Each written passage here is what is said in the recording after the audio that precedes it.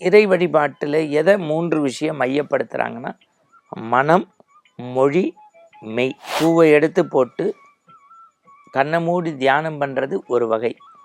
பூவை எடுத்து போட்டு அடிநாதத்திலேருந்து மந்திரம் சொல்லி இறைவனை ஜபிப்பது ஒரு வகை.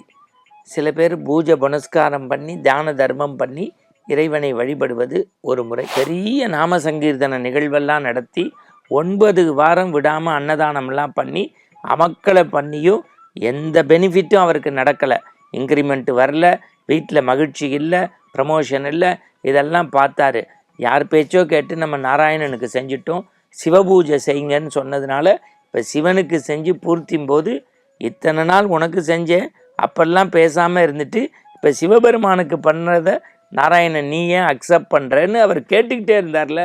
கண்ணு முன்னாடி பெருமாள் சங்கு சக்கரத்தோடு வந்து ஹலோ பிரதர் அப்படின்ட்டார். நம்ம நினைக்கிறோம் 1000 பூவை போட்டு அர்ச்சனை பண்ணுகிறது, அலங்கார வளைவு வைக்கிறது, ஆடம்பரமாக வழிபடுறதுங்கிறது இல்லை. கடவுள் உள்ளத்திலேந்து வழிபடலாம். பொதுவாக இறைவன் அங்கிங்கனாதபடி எங்கும் இருப்பவன்.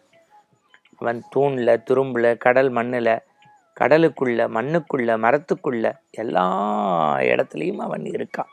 அவன் இல்லாத இடமே கிடையாது. ஆனால் நம்ம இறை வழிபாட்டில் எதை 3 விஷயம் மையப்படுத்துகிறாங்கன்னா, மனம், மொழி, மெய். மனம், மொழி, மெய். பூவை எடுத்து போட்டு கண்ணை மூடி தியானம் பண்ணுறது ஒரு வகை. பூவை எடுத்து போட்டு அடிநாதத்திலேருந்து மந்திரம் சொல்லி இறைவனை ஜபிப்பது ஒரு வகை. சில பேர் பூஜை புனஸ்காரம் பண்ணி தியான தர்மம் பண்ணி இறைவனை வழிபடுவது ஒரு முறை. அவங்கவங்க வசதிக்கு தகுந்த மாதிரி இறைவனை வழிபடலாம். ஆனால் இறைவன் எப்பேற்பட்டவன் என்பதை நம்ம தெரிஞ்சுக்கணும். சில பேர் பூஜை பண்ணால் வீடு முழுக்க மணக்கும். சில பேர் பூஜை பண்ணால் சத்தம் தெருவுக்கே கேட்கும். சில பேர் பூஜை பண்ணால் ஊர் உலகத்துக்கே கேட்கும். அந்த மாதிரி ஒருத்தர் அற்புதமான பிரதோஷ பூஜை, ஒவ்வொரு பிரதோஷத்துக்கும் தான் வீட்டில் பூஜை, அந்த சிவலிங்கத்தை வச்சு அபிஷேகம் பண்ணி தூபதீப ஆராதனை காட்டி அமக்களமாக பஞ்சாட்சரம் சொல்லி சிவமந்திரங்கள் சொல்லி எல்லாம் கோலாகலமாக சிவபுராணம் அப்படி அவர் சொன்னார்னா அப்படியே நெஞ்சே உருக்கிற மாதிரி இருக்கும். எல்லாம் பண்ணுவார். 1 வாரம் 2 வாரம் 3 வாரம் 4 வாரம்னு இல்லை, தொடர்ச்சியாக பண்ணிக்கிட்டே இருக்கார். பூர்த்தின்னு ஒன்று உண்டு. சில பேர் 11 வாரம் பண்ணுவாங்க, சில பேர் 16 வாரம் பண்ணுவாங்க, சில பேர் 21 வாரம் பண்ணுவாங்க, சில பேர் 9 வாரம் பண்ணுவாங்க. அது மாதிரி பூர்த்தி அன்னைக்கு அண்டா நிறைய அக்கார அடசல் புளியோதரை சுண்டல் வடை பால் பாயசம் எல்லாம் வச்சு எம்பெருமான்கிட்ட காதலாகி கண்ணீர் மல்கி கசிந்து உருகிறார். அப்படி அந்த மூடியை எடுத்தால் அதுலேருந்து ஒரு புகை மேலே போகும். பொங்கல்லேருந்து, சக்கரை பொங்கல்லேருந்து, பாயசத்துலேருந்து, வடையிலேருந்து போகிற ஆவி நேராக போய் இவர் முதல் செல்ஃபில் வச்சுருந்த சிவனை விட 2, 3, 4வது செல்ஃபில் இருந்த பெருமாளுடைய வாய்க்குள்ளே போச்சு. அடுத்து ஊதுபத்தி காமிக்கணும், அப்புறம் கற்பூரம் ஏற்றணும். அதுக்கு பேர் தூப தீப ஆராதனை. அதுலேருந்து பார்த்திங்கன்னா ஒரு மெல்லிய புகை போகும், அது மூக்குக்குள்ளே போச்சு, நாராயணன் மூக்குள்ள. இதை கொஞ்சம் கொஞ்சமாக பார்த்த பக்தனுக்கு கொஞ்சம் கோபம் கொப்பளிச்சிருச்சு. ஏன்? ஏற்கனவே இவன் 9 வாரம் நாராயணனை வீட்டில் வச்சு திருமஞ்சனம் பண்ணி அவருக்கு பெரிய காலையில் போடுற சுப்ரபாதம், விஷ்ணு சஹஸ்ரநாமம் இதெல்லாம் அடியார் திருக்கூட்டத்து அடியார்களை வச்சு பெரிய நாம சங்கீர்த்தன நிகழ்வெல்லாம் நடத்தி 9 வாரம் விடாமல் அன்னதானம்லாம் பண்ணி அமக்களை பண்ணியும் எந்த பெனிஃபிட்டும் அவருக்கு நடக்கலை.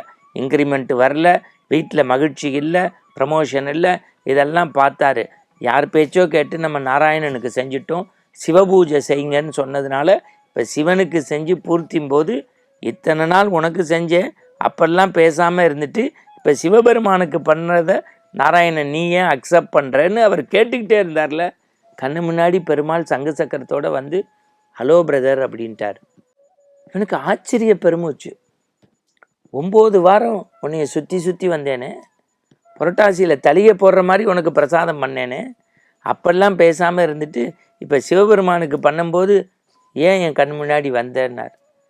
அப்போ அவர் சொன்னார், என்னைய நீ கொண்டு வந்து உன் செல்ஃபில் வச்ச, 9 வாரம் பூஜை பண்ண, அப்பெல்லாம் என்னைய மண்ணால் மரத்தால் செஞ்ச பொம்மைன்னு நினச்ச. 9 வாரம் நீ மண் மரம்னு நினச்ச பொம்மைங்கும் போது நான் எப்படி உனக்கு ப்ளஸ் பண்ண முடியும்? எப்படி உன்னை ஆசிர்வதிக்க முடியும்? எப்படி உனக்கு அருளை கொடுக்க முடியும்?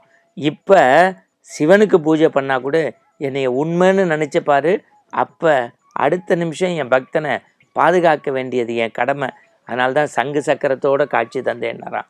இப்போ பக்தன் கண்ணீர் விட்டுருக்கான்.